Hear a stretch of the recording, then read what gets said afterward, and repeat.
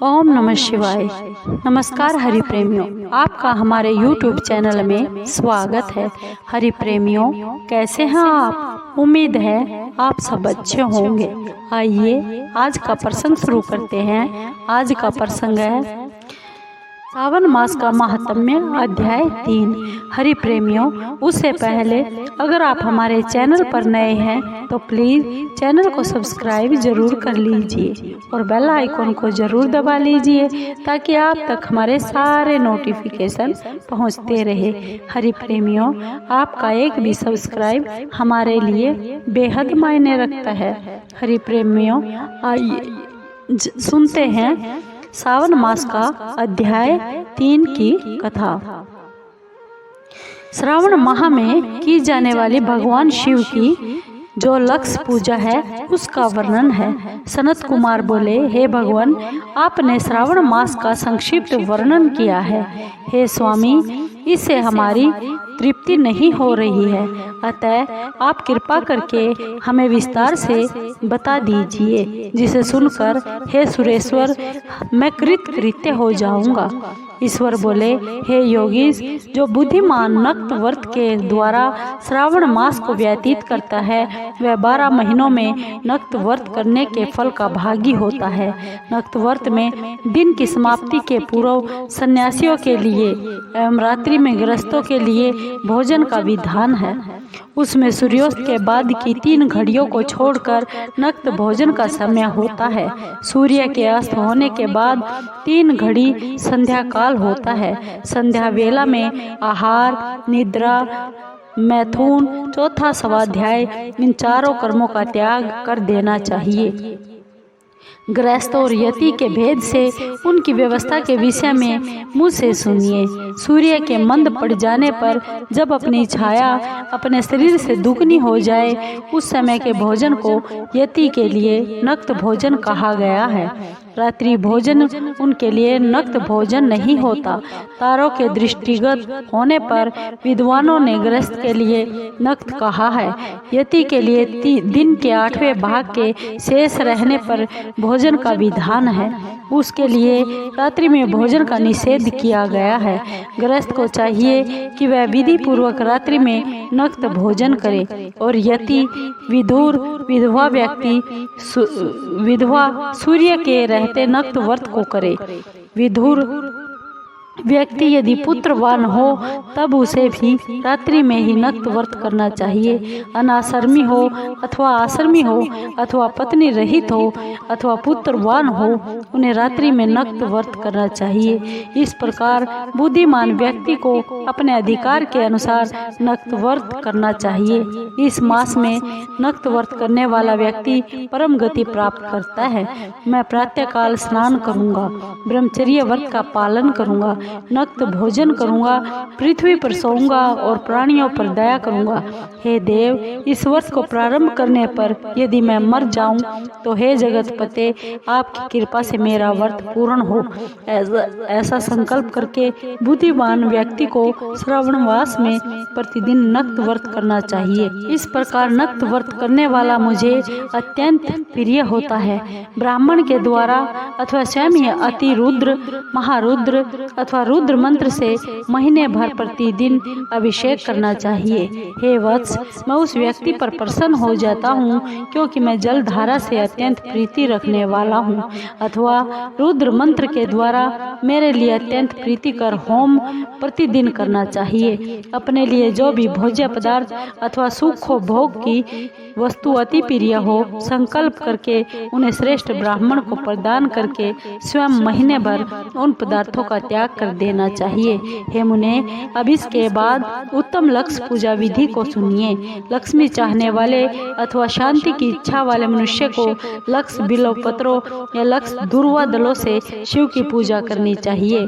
आयु की कामना करने वाले को चंपा के लक्ष्य पुष्पों तथा विद्या चाहने वाले व्यक्ति को मल्लिका या चमेली के लक्ष्य पुष्पों से श्री हरि की पूजा करनी चाहिए। शिव तथा विष्णु की प्रसन्नता तुलसी के दलों से सिद्ध होती है।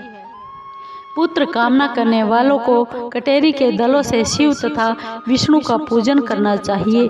बुरे स्वप्न की शांति के लिए धान्य से पूजन करना प्रशस्त होता है।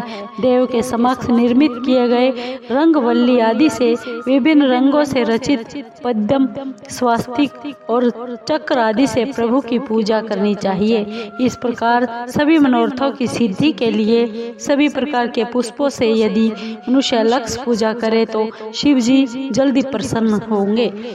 तत्पश्चात उद्यापन करना चाहिए, मंडप निर्माण करना चाहिए और मंडप के त्रिभाग परिमाण में वेदिका बनानी चाहिए।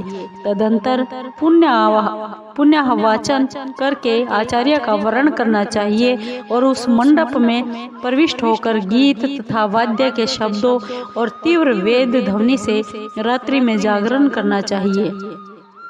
वेदिका के ऊपर उत्तम लिंग तो भद्र बनाना चाहिए और उसके बीच में चावलों से सुंदर कैलाश का निर्माण करना चाहिए। उसके ऊपर तांबे का अत्यंत चमकीला तथा पंच पल्लव युक्त कलश स्थापित करना चाहिए और उसे रेशमी वस्त्र से वेष्टित कर देना चाहिए। उसके ऊपर पार्वतीपति शिव की सुवर्ण में प्रतिमा स्थापित करनी चाहिए। तत्पश्चात पंचामृत पूर्वक धूप दीप तथा नैवेद्य से उस प्रतिमा की पूजा करनी चाहिए और गीत वाद्य नृत्य तथा वेद शास्त्र तथा पुराणों के पाठ के द्वारा रात्रि में जागरण करना चाहिए। इसके बाद प्रातःकाल भली भांति स्नान करके पवित्र हो जाना चाहिए और अपनी शाखा में निर्दिष्ट विधान के अनुसार वेदी का निर्माण करना चाहिए। तत्पश्चात मूल मंत्र से या गायत्री मंत्र से या शिव के सहस्त्र नामों के द्वारा तिल तथा घृत मिश्रित खीर से होम कराना चाहिए अथवा जिस मंत्र से पूजा की गई है उसी से होम करके पूर्ण आहुति डालनी चाहिए। इसके बाद वस्त्र अलंकार तथा भूषणों से भली भांति आचार्य का पूजन करना चाहिए। तत्पश्चात अन्य ब्राह्मणों का पूजन करना चाहिए और उन्हें दक्षिणा दे देनी चाहिए। जिस जिस वस्तु से उमापति शिव की लक्ष्य पूजा की हो उसका दान करना चाहिए। स्वर्णमयी मूर्ति बनाकर शिव की पूजा करनी चाहिए। यदि दीप कर्म किया हो तो उस दीपक का दान करना चाहिए। चांदी का दीपक और स्वर्ण की वर्तिका यानी बत्ती बनाकर उसे गोघृत से भरकर सभी कामनाओं और अर्थ की सिद्धि के लिए उसका दान करना चाहिए।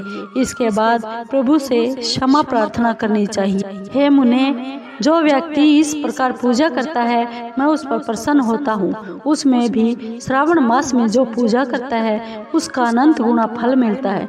यदि अपने लिए अत्यंत प्रिय कोई वस्तु मुझे अर्पण करने के विचार से इस मास में कोई त्यागता है तो अब उसका फल सुनिए। इस लोक में तथा परलोक में उसकी प्राप्ति लाख गुना अधिक होती है।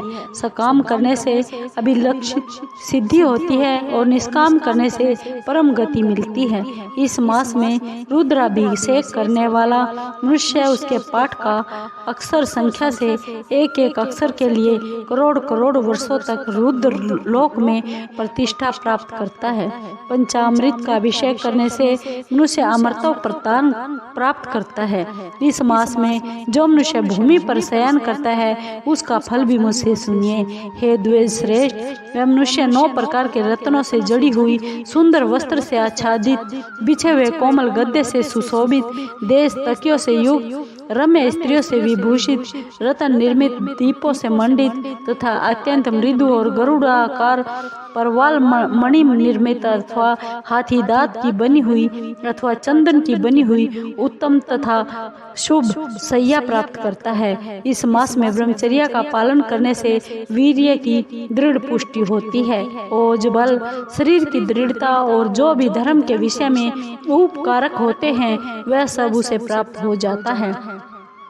निष्काम ब्रह्मचर्य वर्ती को साक्षात ब्रह्म प्राप्ति होती है और सकाम को स्वर्ग तथा सुंदर देवांगनाओं की प्राप्ति होती है। इस मास में दिन रात अथवा केवल दिन में अथवा भोजन के समय मौन व्रत धारण करने वाला भी महान वक्ता हो जाता है।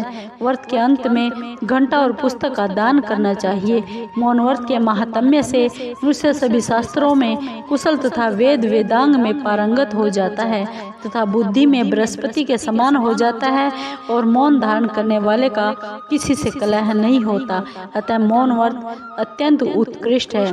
इस प्रकार यह श्रावण मास के अध्याय 3 का समापन हुआ। हरि प्रेमियों, आपको सावन मास का महात्म्य अध्याय कैसा लगा? अगर अच्छा लगा हो तो प्लीज चैनल को लाइक कीजिए, शेयर कीजिए ताकि और भक्तों को भी इसका लाभ मिल सके, और सब्सक्राइब कीजिए और कमेंट जरूर कीजिए।